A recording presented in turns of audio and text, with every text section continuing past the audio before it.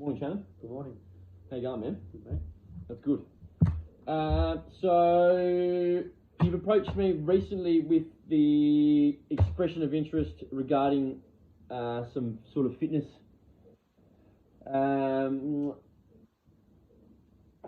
fitness desires. Yeah. Rather than just me coming up with a generic program that I could write for Tom, Dick and Harry that suits everyone sort of over a broad spectrum, what I'd like to identify today is any goals that you'd have in mind about how you like to train, what you want to do in the future, what you're trying to achieve, how you like to train, anything that might have happened in the past in terms of training history and whatnot. Just some sort of like basic health sort of questionnaire stuff that allows me to identify where you're at currently and then what we can do moving forward, rather than me just throwing you straight in the deep end with a bunch of exercises that aren't suited for you, that can potentially cause some harm. Yep. So what I've got today is a pre-exercise screening tool accompanied with a posture assessment and then a program design questionnaire. At the end of this, I'll be able to construct the program that's specifically suited for you and your goals moving forward, so that we can get the most out of it for what you're looking for, rather than, like I said, Tom, Dick and Harry all having this one idea in their head. So today's good that we can establish what you're wanting to do moving forward. Okay. So we'll start with the pre-exercise screening tool, which sort of just goes through some basic information of your family history as well as yourself. So Shannon Maroney, what's your date of birth there, Shannon? 17th to 12th, 1990. 17th of the 12th, 90. You are a male. Today's date is the 12th, the 11th, 22. All right, man. So I'll just go through some questions now, Shannon. I just need you to answer them as truthfully as possible. Mm-hmm. Has your doctor ever told you that you have a heart condition or that you've ever suffered a stroke? No. Do you ever experience unexplained pains in your chest at rest or during physical activity? No. Do you ever feel faint or have spells of dizziness during physical activity? No. Have you ever had an asthma attack requiring immediate medical attention in the last 5 months? No. If you have diabetes type 1 or 2, have you had trouble controlling your blood glucose in the past 3 months? No. Do you have any diagnosed muscle, bone or joint problems that you have been told could be made worse by participating in physical activity? Nope. Do you have any other medical conditions that may make it dangerous for you to participate in physical activity? Lovely, Shannon. So you've answered no to all these questions, which means that you are able to participate in light, moderate or vigorous activity or exercise as well. So that's good moving forward. That means that you have the ability to participate in a wide variety of exercise as well, rather than being sort of limited to moderate exercise. That's fantastic. I need you to sign there, Shannon, just with your signature there and the date there as well, brother. Mm-hmm. What I'll then ask from you as well, Shannon, is the consent for this video to be filmed and then assessed by my assessors at PTA Global. Okay. I'll get you to fill that out as best you can. So shoot that. Yep. Oh, sorry, that's my name. So you're the client, Shannon. Yep. And then you can chuck the date in there. Don't worry about the venue. Today's date's the 11th. Sorry, the 12th again. I, Shannon, have read and understand. And then your signature again once more, Shannon. Lovely. Beautiful. Alright, man. Cool. Fantastic. So, moving into the next part, Shannon, what I can do now is a posture assessment, which allows me to see if you have any discrepancies in your body, any deviations that might put you at risk of certain exercises. What this also allows me to do is identify parts of your body that potentially might be a benefit from some self-myofascial release and some stretching, and also allows me to utilize mobilizers to warm up your body correctly for the exercise ahead in your program. So this is fantastic because it allows me to also see how your body moves. This first part is like a static assessment. The next part is dynamic. So what this allows me to do is see how your body moves in certain directions and certain movements, so I can identify what needs to be done moving forward in the program. So I'll move this camera somewhere else and we can participate in the exercise. So I'm going to put that there. Shannon, if you'd like to just maybe stand in line with the camera there so I can, my foot, go from there. What I will do is bring that over here. Lovely. What I will do is put that there. Okay, so what I need you to do, Shannon, is stand in a comfortable position. Don't worry about how you look, how you feel. Just stand how you would just normally stand comfortable. What I might actually get you to do, Shannon, if it's okay with you, is take your jumper off, so I can look at your muscles and your bones and joints. If you want, that's completely up to you. Beautiful. Lovely. If you want, can you take your shoes off as well? Is that possible? Yeah. Sorry, bro. Love that. It allows me to sort of have a better look at how your body's looking just when you're standing comfortable. Right, so don't even think about it, just stand comfortably. We can go from there. So anterior view, Shannon. Foot and ankle complex. Right. So there's no toe out. You've got a slight toe out there in the right one, in your right foot. So right foot toe out, yeah. There's no toes in. Beautiful. Pronation. Right, so there's no pronation or supination of your ankles there from the anterior view, which is good. Hip complex.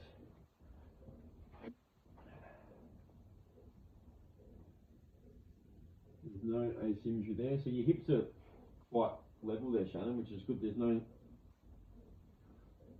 unsymmetrical balance there, which is good. All right, thoracic spine. So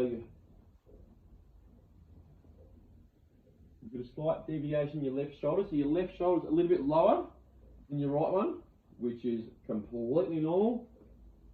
Head tilt, nope. Window deviation, nope. Hand rotation, nope. Wonderful. Posterior view. So what I'll get you to do now, Shannon, is turn around. And once again, just stand comfortable. Don't think about it too much.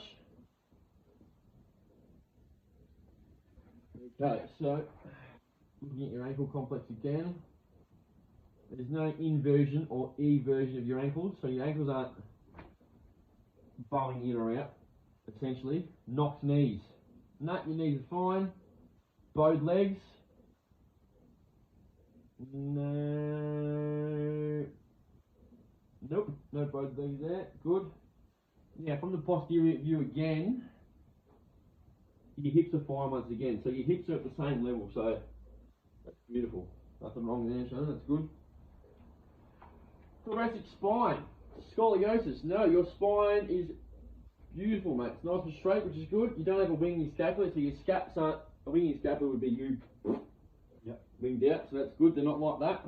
Now, deviation of the scapula. Okay, so we identified that from the anterior view, there was a slight deviation in your left shoulder. Once again, your left shoulder is a little bit down from your right one. Nothing wrong with that. That's fine. That's good. That gives us a chance to sort of work with that as well.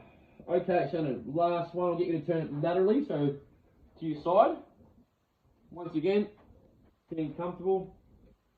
Don't think about it at all. Okay, this is beautiful. This is giving me a nice chance to look at your foot and ankle complex again. So dorsiflexion, plantar flexion, which would mean that your ankles or your feet are either plantar flexion or dorsiflexion, which sometimes comes from a leaning forward or back with incorrect posture. You don't have either, Shannon. Your feet are nice and flat there, which is good. Excessive flex knees, nope. Hyperextended knees, no, your knees are fine. There's a good line from your ankle to the middle of your knee there to your hip. No, beautiful. Hip complex. Okay, so There's no excessive lordosis in your spine would be a big bend in your spine, which is causing like a big curve through your lumbar spine there, which you don't have. You don't have a flat lumbar spine either. Okay, anteriorly tilted pelvis. So sometimes people get, especially if you sit in a chair all day and you're at a computer, sometimes you'll get this anterior tilt in your pelvis, sort of sitting in the same position for too long. You don't have that, Shannon, which is good. There's no posterior tilt in your pelvis as well. Thoracic view. What you have got, Shannon, is a very strong back. It's not necessarily kyphosis, but you've got some big scaps there, man, which is good. You've been working hard, obviously. Trunk rotation. Nope. Rounded shoulders. Slightly. What I'm going to do is have a look from this side as well, Shannon. This way, yeah. Well, you've just got your right scap is a little bit more rounded than your left one. So I'm just going to write on your right one that you have got a right rounded shoulder, and your head, if I'm looking at your ankle to your hip, to your shoulder, to your ear, that's beautiful. No forward head, so that's good. Right, beautiful, Shannon. So in terms of the static assessment, all we've got here is a toe out in your right foot.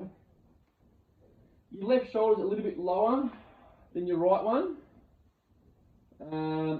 And we gathered that from the anterior view and the posterior, so there's nothing too bad there. And then your right shoulder is a little more, so your right scap is a little more rounded out than your left one, which is fine as well. Something we can sort of work on with the self-myofascial release anyway, so that's good.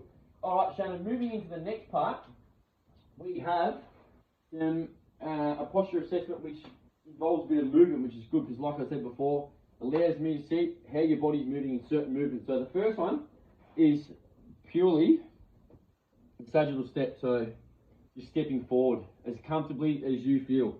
I'm not necessarily asking you to do a lunge, it's just simply a step. Just bearing it away on that front leg there. And then I can get you to swap legs once I've completed the assessment on one of the legs. So if you just like to choose whatever leg you want to go with first, am I still in camera there? Yeah.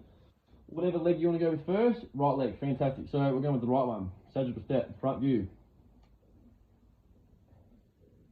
Okay, so your knee's nice and strong there, Shannon. It's not necessarily bowing out with the step there. There's no deviation of the hip there, which is good. Fantastic.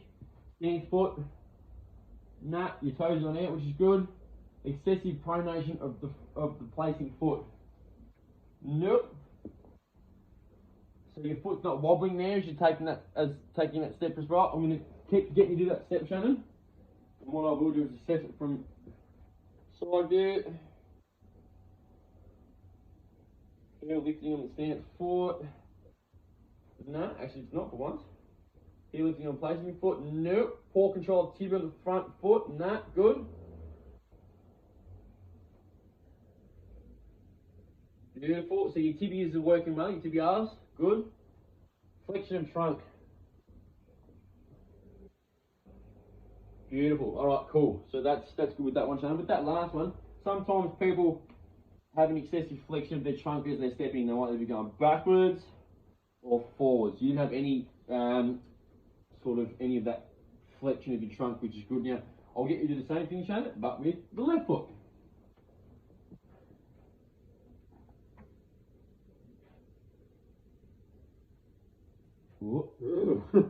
That's all right.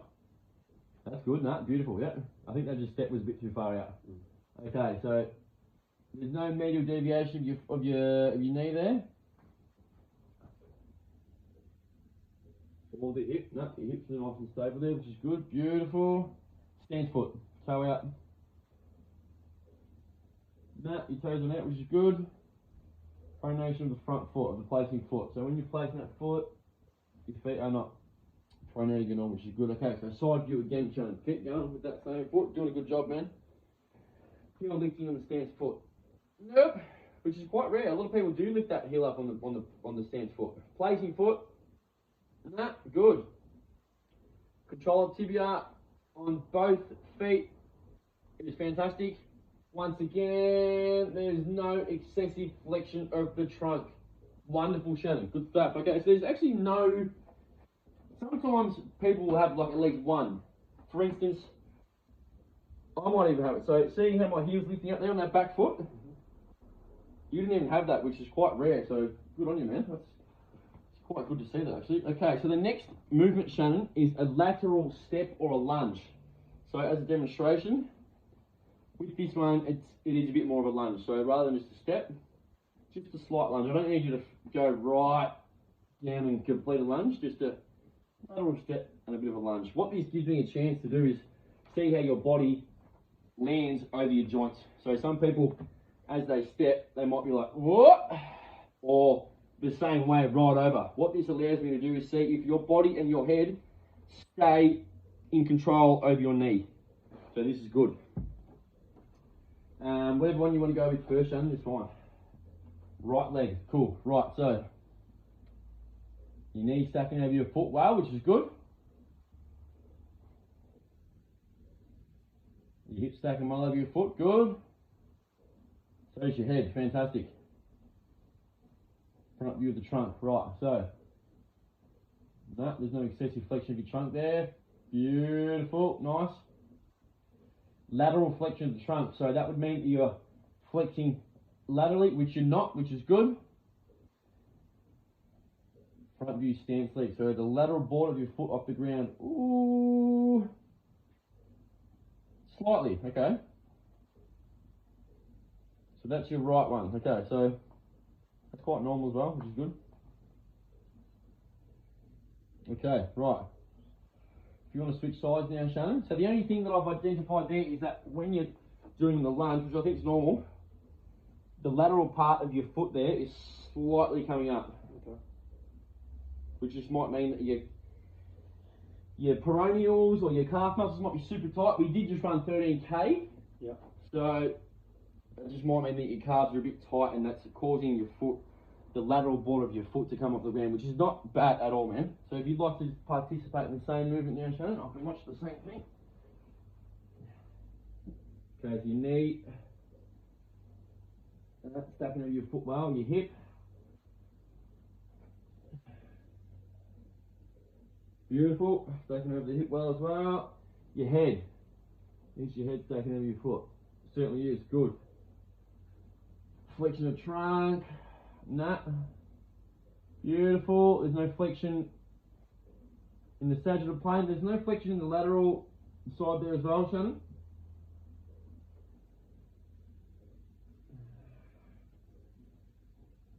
Alright, and then with that lateral border, a little bit again. So I'm just going to put it on both sides. It's not much, but there's a little bit there. Right, Shannon, this last movement is beautiful. This allows me to see how your whole body is moving from your feet the whole way up, including your trunk as well. So as a demonstration, Shannon, this last one is just a transverse. So transverse is like, you've got your sagittal plane, you've got your frontal plane, and then you've got transverse plane, which is like diagonal or whatever, crossy things. This last one is a transverse step. Yep. So this allows me to see how your thoracic spine's moving, your scap's moving, your trunk's moving, your legs moving, so it's good. Whatever one you want to take, go with first, Shannon, is up to you. So I'll just stand behind you, so I'm going to go. If you want to go a bit more forward, Shannon, go for it, man. Nice. Okay, so this is your right one.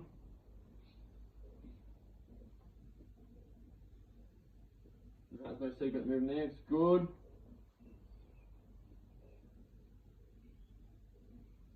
No, wonderful, there's good lateral flexion there. That's fantastic.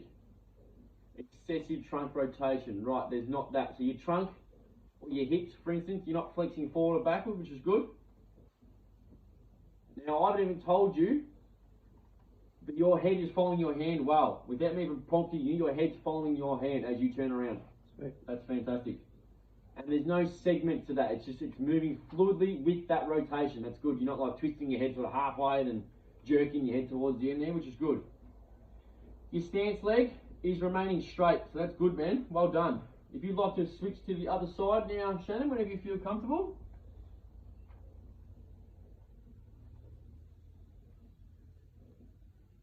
Nice, Shannon. Scap's moving well.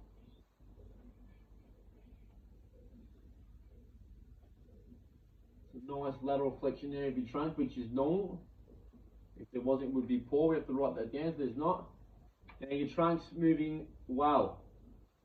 It's not either flexing forward nor backwards in that sagittal plane, which is good. Once again, without me prompting you, Shannon, your head's moving well with your hands, following your hand as you move around. That's good. And there is no segment to that move once again. So your head, yeah, it's moving really well through the movement as well, which is good control of your thoracic spine as well. Your stance leg is straight. Well done, Shannon. Nice.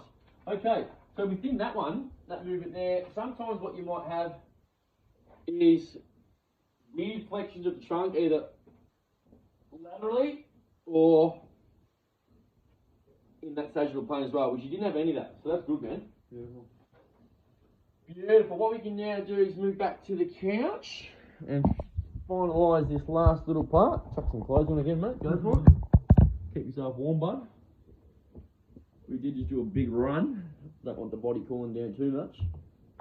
So this last part, Shannon, allows me to identify your goals, what you're looking for in a program, what you're trying to achieve, how you'd like to achieve it, and sort of the best way for me to go about training you and sort of getting the best out of the program, which is what we're trying to do today.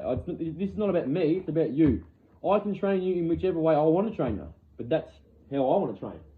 What we're identifying today is how you'd like to train, okay, and what you're trying to achieve. So, Shannon, we can fill that stuff out at the end. Step one, so this is based on your goal. What are your expectations of the time that you'd spend with me, Shannon? I guess just building a, I don't know, I guess a weekly routine and program that sort of fits in with my work and my hobbies. I guess that will get the best results with consistency. Love that. So building a program that fits within your schedule and allows you to get the most out of that consistently. Yeah. Good. Building a weekly program that fits your schedule and allows for consistent results. That's a great answer. I love that. For consistent results. Beautiful.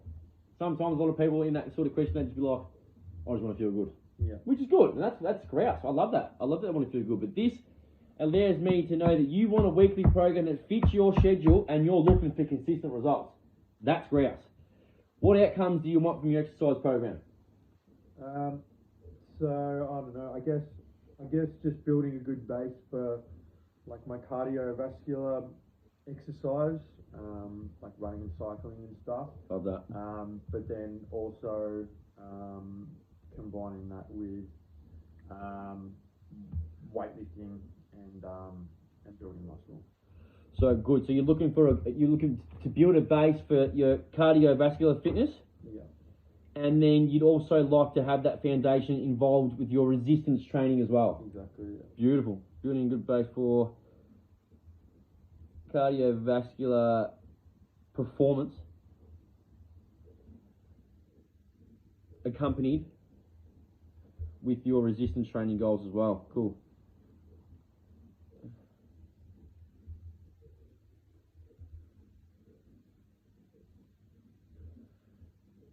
Training goals. Nice one, Shannon. What is the single most important goal for you to achieve with the exercise program? So if you had to identify one thing. Is there anything coming up soon that you'd really like to achieve comfortably or? So I am training for a half marathon. Beautiful. At the end of the year. So I guess, yeah, that's the most immediate the most immediate goal. So to successfully complete the half marathon without injury? Exactly, yeah.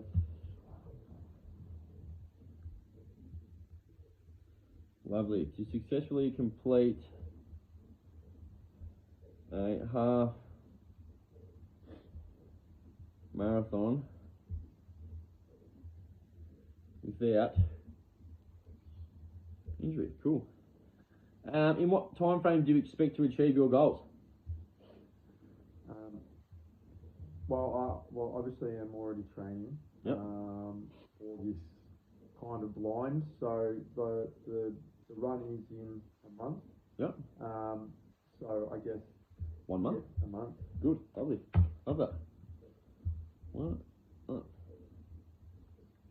Okay. So aside from your time at the gym, Shannon, how much additional time per day are you willing to engage in activity that helps you to get to your goal? So that's daily walks. You might use the stairs at work rather than the elevator, or home exercises. Well, apart from my training, so I generally do about an hour each day I do train. Yep. So I guess another, I guess with walking and stretching another couple of hours. So we'll go hour and a half, maybe 90 minutes. Yeah, that's perfect. Lovely. Okay, are all aspects of your training completely up to you, or is someone or something else a consideration when scheduling your training sessions? As in now, or?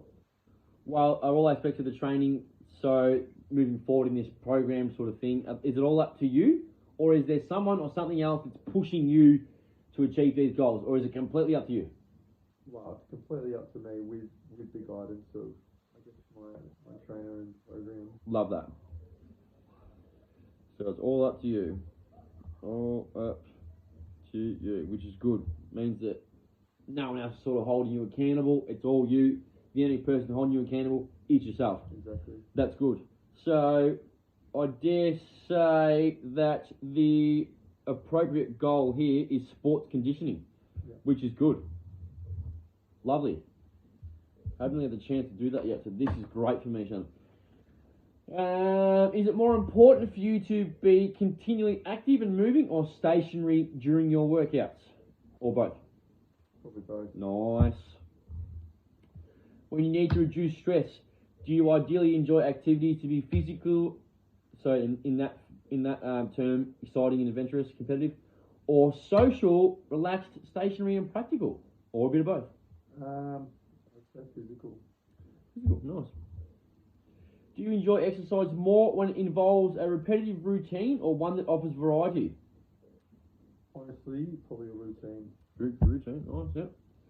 Does your occupation require continual moving, hands-on work? Yeah. I would say that the dominant style there is A, which is progressive. Love that. Would you say that your work is sedentary, active, or physically strenuous? Half. So half of my day is spent manual handling, and then the other half is in an office. Active. So sedentary would be office all day. So yeah. active, but you're not. It's definitely active, but it's about half during the day. Good, wonderful. What hobbies do you enjoy, Shannon? Inactive or active? Or both? Bit of both. So yeah, I guess music and playing shows is still active, but I guess motocross and that sort of thing is definitely active. So a bit of both.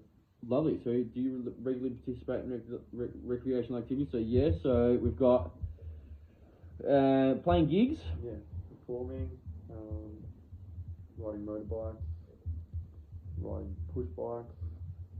Yeah, this is good. Playing gigs, performing, motorbike,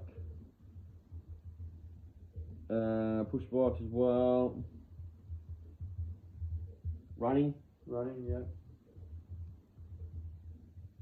Lovely. It's a good foundation for that. All right. So are those activities daily, weekly, fortnightly, or monthly? Daily. Pretty much daily, yeah. Daily, Shannon. That's great. Beautiful. All right. Are you currently exercising at a gym or outdoor PT sessions? Yes. You certainly are. Now, is that just in the is that 1 to 3 months, or is it 4 to 6 months, or 7 to 9 months? 7 to 9, am I correct? Yeah, well, yeah, longer. Yeah, even longer. So 7 to 9. So we'll go past there, which is C. So I dare say, in terms, definitely go ahead, Shannon, which is good. That's good. So there's, in terms of level, there's lead off, transitional, go ahead. Lead off would be someone who's had well, they might have had experience in the past at physical exercise, but they haven't in a while, so that puts them back to lead off. Someone that's been participating in exercise for a little bit, let's say 3 months, that would be transitional.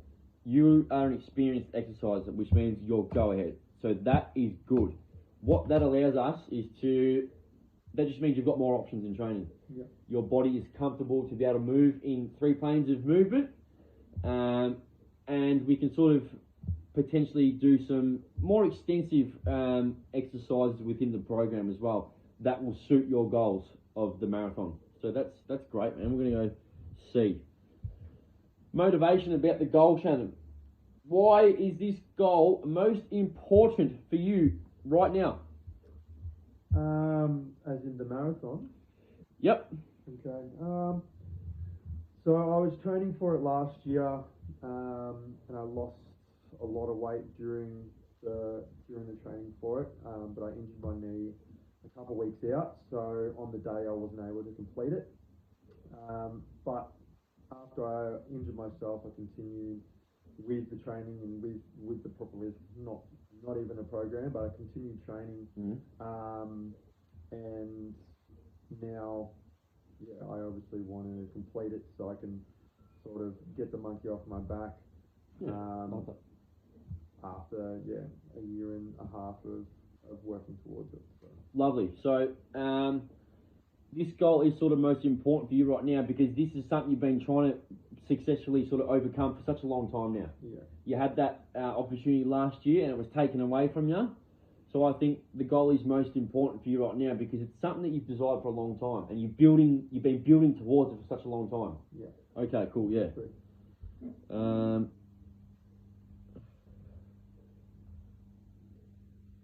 You've been... I'd just like to say that you've done a really good job in sort of putting those things in place as well, Shannon. It's good to see someone with such good aspirations. It's something you've been building towards for an extensive period.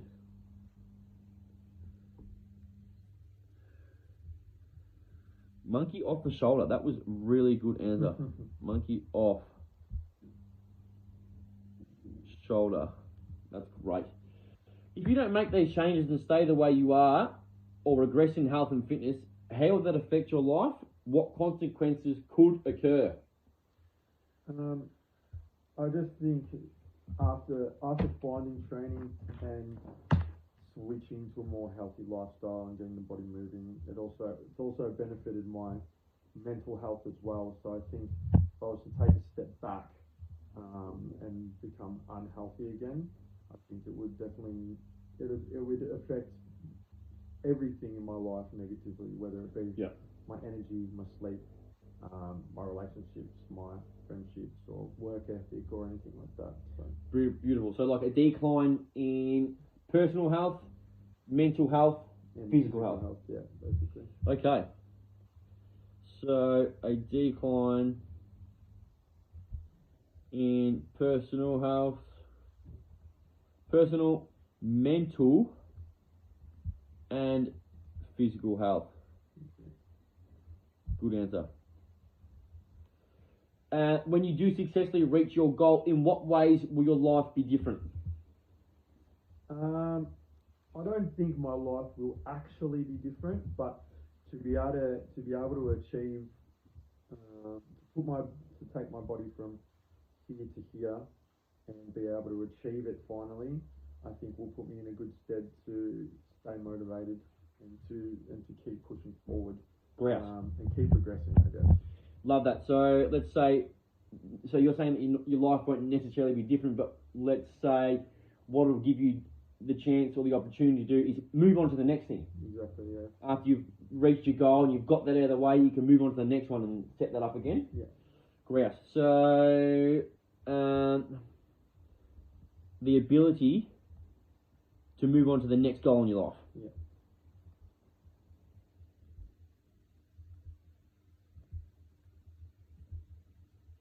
Grouse. What benefits are most important to you with your goal and the program? Sorry, what benefits are most important to you about the goal? How you might feel after the run, or yeah, I think the satisfaction that you get from pushing your body a little bit or a lot after big runs is definitely one of the benefits, like the runner's high, I guess. Yep. And also just doing something that, you know, for 30 years you would never have dreamed of doing, I guess. Okay, that's great. So satisfaction is completing the goal. Yeah.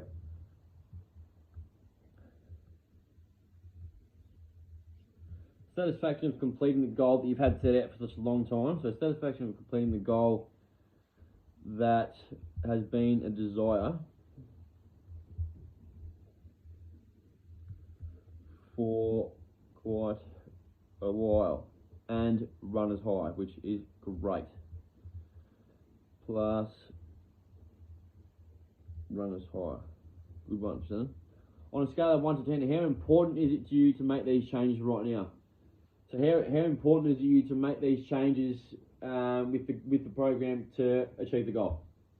Probably a 10, I guess. 10. Good one. Why is it not a 2 or a 3? Why is it a 10?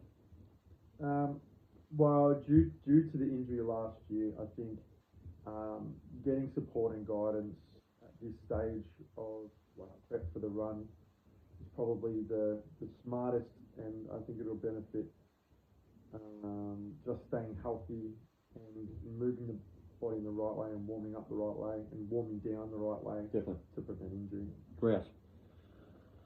So it's important to you right now, that's a 10, it's not a 2 or 3, because the injury was there last year. Because the injury occurred last year.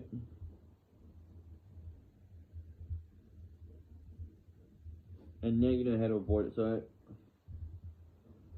because the injury occurred last year, and now you know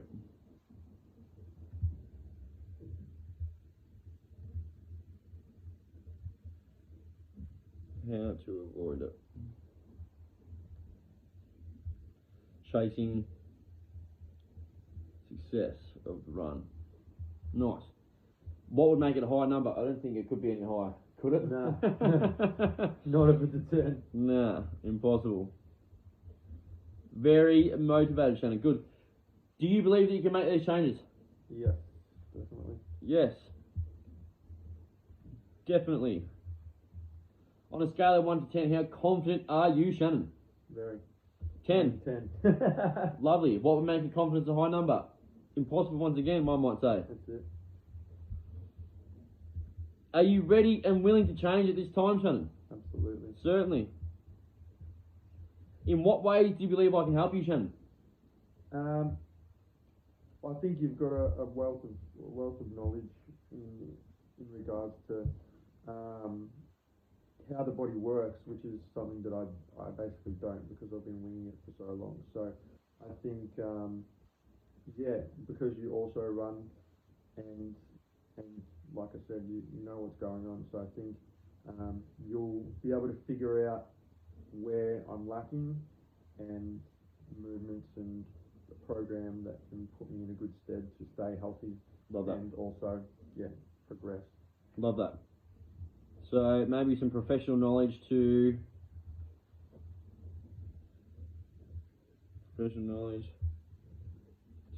allow for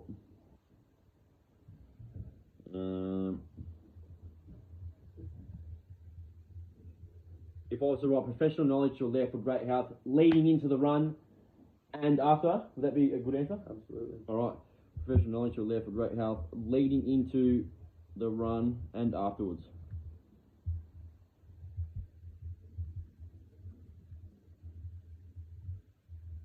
I liked that comment there, Shannon, as well, about knowledge of how the body moves,